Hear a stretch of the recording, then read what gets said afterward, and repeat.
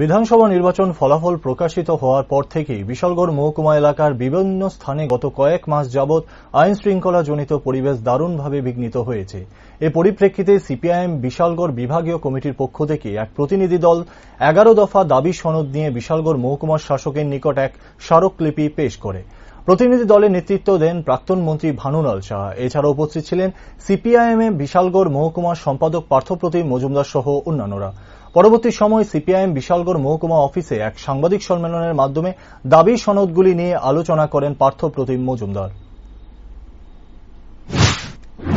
পাওয়ারের লাইন যেমন আমার বাড়িতে 3000 আছে, আমার বাড়িতে একটা লাইন আছে 3000 ওয়াট, একসঙ্গে আমি 3000 ওয়াট ব্যবহার করতে পারি যদি আমি করি না। এসি আছে বা আমার পাম্প, জলের পাম্প আছে, গরম জল করার মেশিন আছে। উনি বলছে যে এসি টেসি লাগিয়ে এগুলো টান দিয়েছে, ফলে পাওয়ার কাট হয়ে যাচ্ছে, অর্থাৎ বেশি ব্যবহারের কারণে পাওয়ার বন্ধ হয়ে যাচ্ছে। তো এটা তো আমাদের একটা অভিজ্ঞতা আছে যে আমরা যদি জানি যে এগুলো হচ্ছে, তাহলে ট্রান্সফরমারকে আপডেট করলে হয়। অর্থাৎ 25 মেগাওয়াটের ট্রান্সফরমার ছিল, এটাকে বাড়িয়ে যদি এখন আমি 50 করি, তাহলে পাওয়ার ব্যবহার করলে বিল পাওয়া যাবে, টাকা তো পাওয়াই যাবে।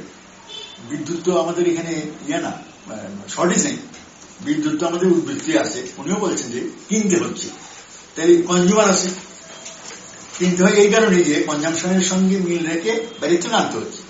তো এরপরও খুব শহরে সাধারণত শহর কন্টিনিউয়াস থাকে, সেখানে এই যাচ্ছে, আপনি একটা টিভি দেখছেন, সিরিয়াল হঠাৎ করে একটা সিরিয়াল হঠাৎ বন্ধ হয়ে যাবে, মিনিট 10 করে আবার আসে।